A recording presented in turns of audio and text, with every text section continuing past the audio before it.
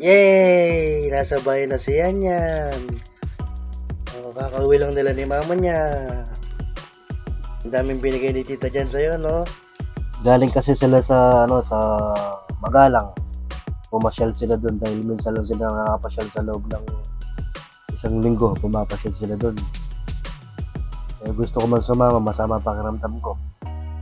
Yung mga binili ni Tita Jen niya, meron na siyang gamot, Gerber, Milna, Cerelac, puro pambibi na pagkain. Tapos may biskwit, meron din grocery, binili ni Tita Jen para dito sa bahay. Shoutout sa'yo, Tita Jen, salamat sa bigay mo kay Bibi Yan.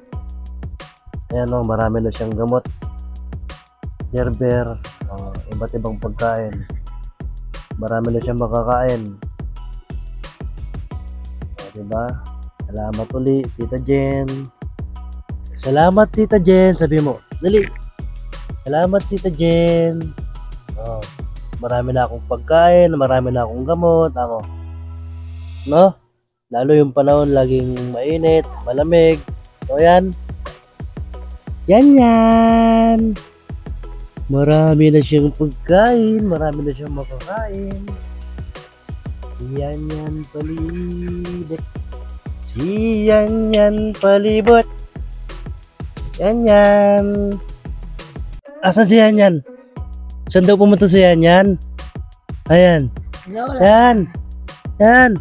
Wala po ako sumunta para kay Tita Peng. Yan. Tulog ka na yan? Nakabihis ka na eh. Ayan. Wala na naman nikit na kanyan. Yung mic. Gusto mo yung mic?